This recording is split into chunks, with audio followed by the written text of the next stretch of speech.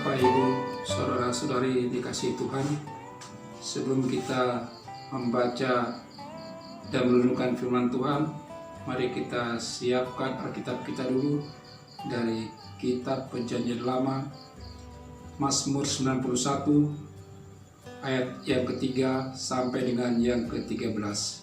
Sebelum kita merenungkan firman Tuhan, mari kita mohon bimbingan Roh Kudus. Mari kita berdoa. Tuhan Allah kami yang bertata di kerajaan surga, terima kasih ya Tuhan, karena Kau melindungi kami hingga pada saat ini. Dan pada malam ini ya Tuhan, kami akan mendengarkan, merenungkan firman kebenaran-Mu. Berkati kami semua ya Tuhan, sehingga kuasa Roh Kudus-Mu boleh hadir di dalam hati kami. Terima kasih ya Tuhan, kami telah siap mendengarkan firman Tuhan. Amin. Baik Bapak Ibu Saudara sekalian, kita akan membaca firman kebenaran pada malam hari ini dari kitab Mazmur 91 ayat yang ketiga sampai dengan yang ke-13 yang menyatakan, sungguh dialah yang akan melepaskan engkau dari jerat penangkap burung, dari penyakit sampar yang busuk. Dengan kapaknya ia akan melindungi engkau. Di bawah sayapnya engkau akan berlindung. Kesetiaannya ialah perisai dan pagar tembok. Engkau tak usah takut terhadap kedahsyatan malam, terhadap panah yang terbang di waktu siang, terhadap penyakit sampar yang berjalan di dalam gelap, terhadap penyakit menular yang mengamuk di waktu petang. Walau 1.000 orang rebah di sisimu, dan 10.000 di sebelah kananmu, tetapi itu tidak akan menimpamu. Engkau hanya menontonnya dengan matamu sendiri, dan melihat pembalasan terhadap orang-orang fasik. Sebab Tuhan ialah tempat perlindunganmu, yang maha tinggi telah kau buat tempat perteduhanmu. Malapetaka tidak akan menimpa kamu, dan tulah tidak akan mendekat kepada kemahmu. Sebab malaikat-malaikatnya akan diperintahkannya kepadamu untuk menjaga engkau di segala jalanmu. Mereka akan menatang engkau di atas tangannya, supaya kakimu jangan terantuk kepada batu. Singa dan ular tedung akan kau langkahi. Engkau akan menginjak anak singa dan ular naga. Demikianlah firman Tuhan. Haleluya. Baik Bapak, Ibu, Saudara-saudari yang dikasihi Tuhan, Mazmur 91 ini diberi judul Dalam Lindungan Allah oleh Lembaga Alkitab Indonesia. Mazmur ini adalah kelanjutan dari Mazmur 90 yang ditulis oleh Musa, yang berisikan permohonan kepada Tuhan serta beberapa refleksi pengalaman atas beragam kesulitan hidup yang dijumpai bangsa Israel. Mazmur 91 dapat dipahami sebagai mazmur yang berisikan respon terhadap hal tersebut, yang berisikan jaminan akan pelindungan Tuhan bagi umatnya yang taat dan percaya kepadanya. Secara khusus ayat 3 sampai dengan 13 menjadi gambaran bagaimana perlindungan Tuhan bagi setiap orang yang percaya kepadanya, khususnya dalam situasi yang penuh dengan ancaman. Satu hal penting yang tampak ditegaskan penulis Mazmur ini adalah bahwa hanya Tuhan sumber perlindungan di tengah berbagai ancaman. Mazmur 91 ini dapat dikatakan pula sebagai mazmur yang berisi ungkapan iman atau keyakinan bahwa Tuhan sungguh layak untuk dipercaya oleh umat. Peneguhan maupun pemeliharaan iman umat Tuhan menjadi satu tujuan mazmur dalam ibadah-ibadah. Bapak, Ibu, saudara-saudari yang dikasihi Tuhan. Merebaknya pandemi virus COVID-19 di seluruh dunia telah menghadirkan kecemasan dan ketakutan ketika jumlah pasien di Nusantara semakin meningkat dalam beberapa minggu terakhir. Masyarakat Indonesia tidak lagi bisa menganggap sepi ancaman pandemi ini. Semua orang, termasuk orang-orang Kristen, berusaha untuk menyikapi situasi ini sesuai dengan keyakinan masing-masing. Benarkah Mazmur ini menjanjikan perlindungan mutlak dari bahaya? Benarkah orang Kristen tidak mungkin tertular suatu wabah? Penyelidikan yang teliti menunjukkan bahwa teks ini tidak boleh ditafsirkan seolah-olah peristiwa buruk sama sekali tidak akan menimpa orang percaya. Mengamati dinamika praktis dari Mazmur 91 yang demikian, maka perlu untuk merenungkan Mazmur ini dengan bijaksana. Sebagaimana doa Musa dalam Mazmur 90 ayat yang ke-12 yang mendahului Mazmur ini. Ajarlah kami menghitung hari-hari kami sedemikian, hingga kami beroleh hati yang bijaksana. Perenungan yang bijaksana dari Mazmur ini harus mempertimbangkan beberapa hal, yaitu: pertama, fungsi awal Mazmur ini dalam konteks ibadah. Jika kita memperhatikan dengan cermat, Mazmur ini menguraikan kata ganti orang yang berlainan. Di ayat 1 dan 2, pemazmur berbicara tentang orang yang duduk dalam lindungan yang maha tinggi dan bermalam dalam naungan yang maha kuasa. Mulai ayat 3-13, pemazmur menggunakan sapaan engkau. Ayat 14-16 menampilkan Allah sebagai pembicara. Perbedaan kata ganti ini diyakini oleh banyak penafsir sebagai petunjuk ke arah penggunaan Mazmur ini dalam konteks ibadah atau liturgi. Ada kemungkinan Mazmur ini dinyanyikan secara bersaut-sautan selama ibadah. Jika benar demikian, semua janji dalam Mazmur ini hanya berlaku secara umum bagi umat Allah. Keadaan spesifik masing-masing orang mungkin akan berbeda. Allah mungkin memiliki rencana tertentu bagi individu tertentu. Walaupun demikian, Mazmur ini secara umum bisa dijadikan penghiburan di tengah ketakutan. Yang kedua, jenis bahaya yang dimaksud.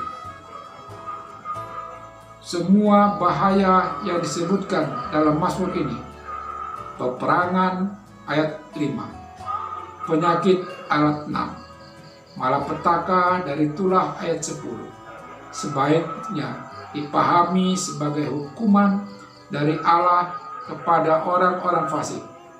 Dugaan ini didukung oleh ayat 8. Engkau hanya menontonnya dengan matamu sendiri dan melihat pembalasan terhadap orang-orang fasik. Selain itu, penggunaan istilah jerat penangkap burung ayat 3 dan tulah ayat 10 mengarah pada maksud jahat dari orang-orang fasik yang mencoba mencederai orang percaya. Tetapi Allah merespon itu dengan hukuman. Dalam situasi seperti ini, kita bisa meyakinkan diri kita bahwa semua upaya jahat itu tidak akan berhenti kalaupun berhasil. Hal itu justru akan mengerjakan kebaikan bagi kita. Jika maksud pemazmur memang seperti itu, Mazmur 91 tidak boleh diterapkan secara mutlak dalam konteks penyebaran virus COVID-19. Tidak ada tanda-tanda bahwa wabah ini merupakan hukuman Allah bagi orang fasik. Ini adalah persoalan biasa. Siapa saja tidak bisa terpapar. Beberapa pasien adalah orang-orang Kristen yang sungguh-sungguh mengasihi Tuhan. Yang ketiga, jenis sastra teks ini yang puitis. Untuk memahami maksud suatu teks, pembaca perlu mengetahui jenis sastra dari teks tersebut. Kita tidak akan membaca buku sejarah layaknya membaca sebuah puisi. Begitu pula sebaliknya. Masing-masing jenis sastra memiliki karakteristik dan aturan penafsiran sendiri-sendiri. Hal yang sama berlaku pada Mazmur 91. Teks ini ditulis dalam bahasa puisi, beragam metafora, permainan kata, pengulangan ide, dan ungkapan figuratif. Sebagai contoh, marilah kita melihat ayat 13. Singa dan ular tedung akan kau langkahi. Engkau akan menginjak anak singa dan ular naga. Apakah kita seharusnya menafsirkan bagian ini secara harfiah? Tentu saja tidak. Akan sangat konyol dan memalukan kalau ada orang Kristen yang secara gegabah melangkahi dan menginjak binatang-binatang buas sambil berharap dia akan baik-baik saja. Teks ini tidak diterapkan secara harfiah. Yang keempat, cakupan penerima janji. Semua janji di Mazmur ini bersifat bersyarat. Janji-janji ini tidak berlaku untuk semua orang atau siapa saja. Di awal Mazmur ini sudah diajarkan bahwa kebaikan Allah di sini hanya ditujukan kepada mereka yang duduk dalam lindungan yang maha tinggi dan bermalam dalam naungan yang maha kuasa. Kata duduk seharusnya diterjemahkan berdiam, bukan sekedar duduk, tetapi memang tinggal di sana. Terjemahan bermalam menyiratkan istirahat atau ketenangan sehari berpergian jauh. Dengan kata lain, orang yang berdiam dan bermalam dalam Tuhan adalah mereka yang menjadikan Tuhan sebagai tempat perlindungan dan kubu pertahanan. Metafora di atas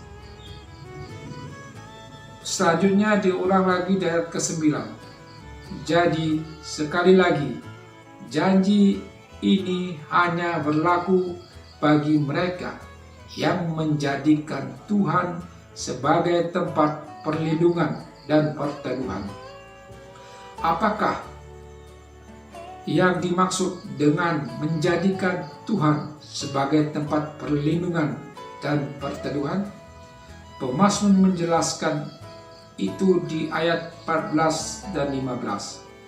Berlindung dan berteduh pada Tuhan berarti memiliki relasi personel dengan Allah yang inti. Keintiman ini diungkapkan melalui frase hatinya merekat kepadaku. Kata Ibrani di balik terjemahan ini bisa berarti mengasihi atau menempel pada sesuatu. Ungkapan lain yang menggambarkan keintiman tersebut adalah mengenal namaku. Kata kerja mengenal di sini tentu saja bukan sekedar tahu, tetapi benar-benar dekat. Istilah nama di sini pun bukan sekedar sebutan atau panggilan, Nama berbicara tentang pribadi. Dengan kata lain, mengenai nama berarti mengenal secara dekat, menjadikan Tuhan sebagai perlindungan dan perteduhan. Juga berarti menyandarkan diri pada Allah melalui doa. Yang mendapatkan janji Tuhan adalah mereka yang berseru kepadaku. Doa ini lahir dari kelemahan, keterbatasan, dan ketidakberdayaan. Di samping itu, doa ini juga muncul dari iman, dari hati yang berani berkata, tempat perlindunganku dan kubu pertahananku, Allahku yang ku percayai. Yang kelima, pemahaman Tuhan Yesus tentang Mazmur ini. Pada momen pencobaan di padang gurun, iblis mengutip salah satu ayat dari Mazmur ini, ayat 11 dan 12. Yang dikutip tentu saja yang berisi janji ilahi bahwa Tuhan akan menyuruh para malaikat untuk menopang orang benar, sehingga kakinya tidak akan terantuk. Bukankah Yesus orang yang benar? Bukankah para malaikat pasti akan menatang dia? Lalu, apakah Yesus akhirnya benar-benar berlompat dari hubungan bait Allah? Tentu saja tidak. Tuhan Yesus memahami bahwa teks ini tidak boleh ditafsirkan dan diterapkan secara sembarangan. Menggunakan ayat ini secara sembrono berarti mencobai Tuhan. Dengan memahami 5 poin di atas, kita tidak akan kaget ketika melihat seorang yang sungguh-sungguh beriman ternyata terkena suatu wabah atau bencana. Janji-janji di Mazmur 91 memang berlaku secara umum.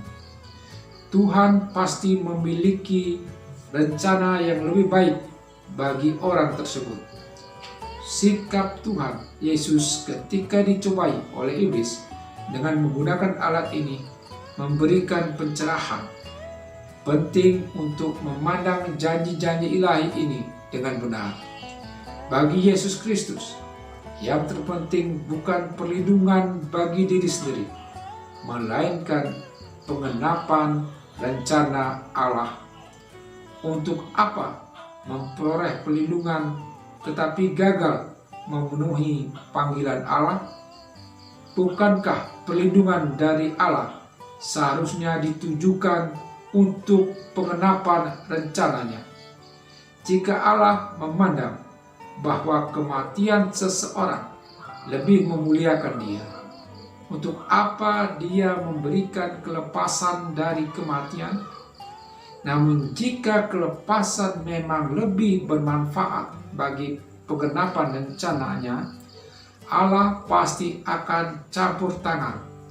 Intinya, baik hidup atau mati, semua untuk kepentingan Allah. Mana saja yang lebih memuliakan Tuhan, itu yang kita jadikan pilihan. Pemahaman di atas juga menghindarkan kita dari gaya hidup yang sembrono. Semua upaya untuk menghindarkan diri dari pandemi virus ini harus dilakukan. Sering mencuci tangan dengan benar, menjaga pola makan yang sehat, beristirahat dengan cukup, tidak stres, rajin berolahraga, dan menghindari kerumunan orang. Kita juga berusaha semaksimal mungkin untuk tidak menjadi penyebar atau perantara virus.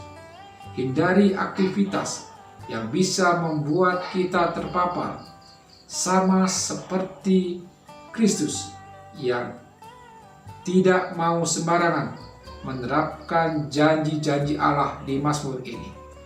Demikian pula dengan kita. Bagian kita adalah menjaga diri sebaik mungkin sambil terus mendekat kepada Allah. Jika sesuatu yang buruk tetap terjadi, hal itu berarti Allah sedang menyiapkan sesuatu yang lebih baik daripada sekedar perlindungan. Allah sedang menyertakan kita dalam rencananya. Bapak, Ibu, saudara-saudari yang dikasihi Tuhan, ada 6 hal yang menjadi gambaran tentang bagaimana perlindungan Tuhan bagi umat yang percaya, yaitu pertama, Tuhan akan membebaskan. Ayat yang ketiga. Yang kedua, Tuhan akan melindungimu. Ayat yang keempat. Yang ketiga, jangan takut. Ayat yang kelima. Yang keempat, engkau hanya akan melihat penghukuman. Ayat yang ke-8. Yang kelima, malaikat Tuhan akan menjagamu. Pada ayat yang ke-11 dan yang ke-6. Dan engkau akan menang atas bahaya atau ancaman yang menakutkan. Ayat yang ke-13. Keenam hal tersebut menjadi latar belakang penegasan penulis Mazmur yang sungguh percaya kepada Tuhan sebagai sumber perlindungan. Kiranya Tuhan memberkati kita semua. Amin.